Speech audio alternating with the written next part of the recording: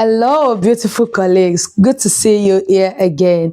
Yeah, if you're coming across my channel for the first time, I am Kenny.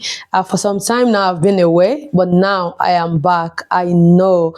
Yeah, I do apologize for my sudden disappearance. Yeah, in this video, we're going to be continuing on a series we've started on a suspected case of DVT. Yeah, we've already done video on the assessment scenario, the planning and implementation, and this is the evaluation where we'll be handing over the patient. Okay, if you've not seen those videos, it has already been dropped on the channel.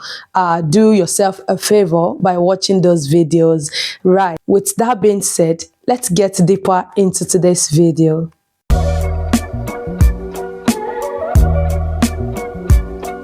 Having said we've discussed the assessment, planning, implementation, and in this video is the evaluation, yeah, where we'll be handing over our patients. It's not something serious.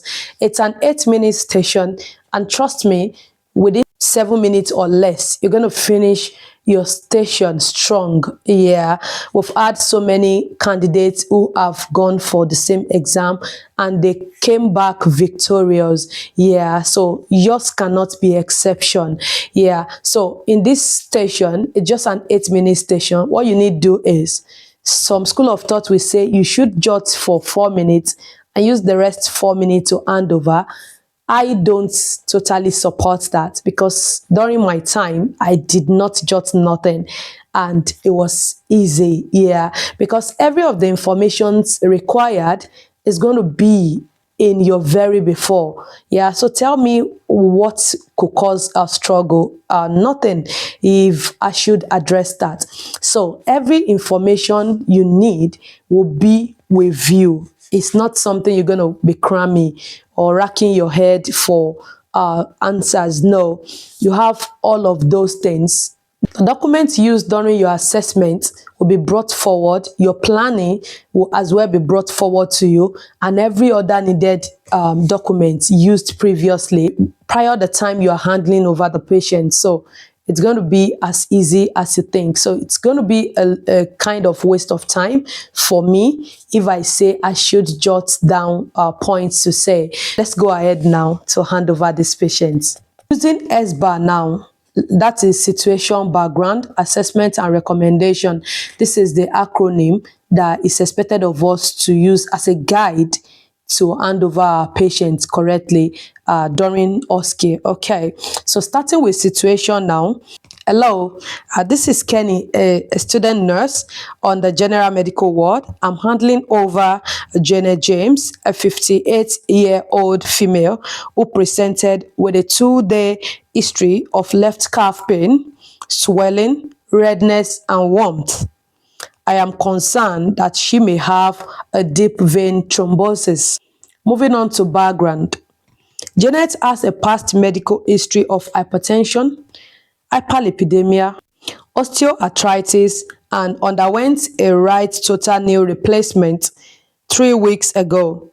Since surgery, she has had reduced mobility. However, she has no known drug allergy.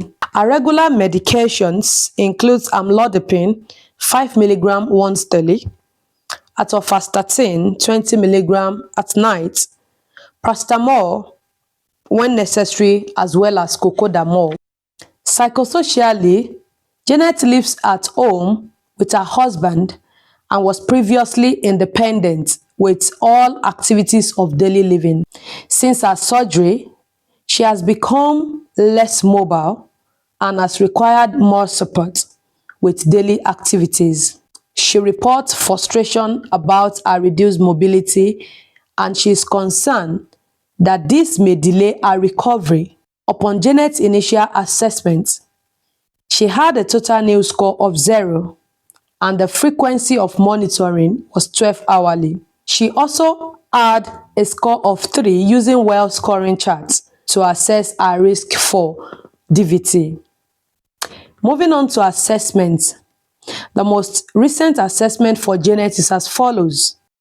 Temperature 36.8 degrees, respiratory rate of 16 cycles per minute, oxygen saturation of 98% on room air, pulse rate of 84 beats per minute, blood pressure of 126/78 millimeter of mercury, which give us a total NIL score of 0. When compared with the initial assessment, the most recent set of observations, our vitals are stable.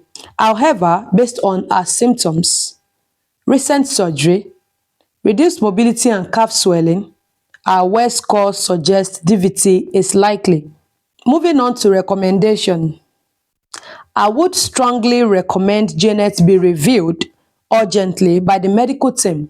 She requires further investigation, including a D-dimer test and Doppler ultrasound scan, and close observation for signs of pulmonary embolism, such as chest pain, shortness of breath, hemoptysis, or a rising NIL score.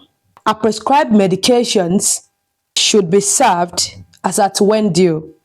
Also, physiotherapy input to support safe mobilization once medically appropriate will be beneficial. Right, this is all I've got for you. So have you got any questions from your end? Right, thank you very much. This brings us to the end of the handing over. Do not hesitate to contact us should you require any further inquiries. Right, thank you very much. That brings us to the end of it. It was simple. I know that is what you're saying right there. It is actually simple. Yeah, it could be that easy. So 8 minutes, less than 8 minutes, you're going to be done. I promise you that. Yeah, just follow this format I've just displayed in this video and you will be very happy. Yeah, that's it. Should you require a one-on-one session in preparation for your OSCE, do not hesitate to reach out to us via the contact displayed on your screen and we'll be happy to attend to you. Yeah, until I come your way in my subsequent videos, keep practicing OSCE. Bye.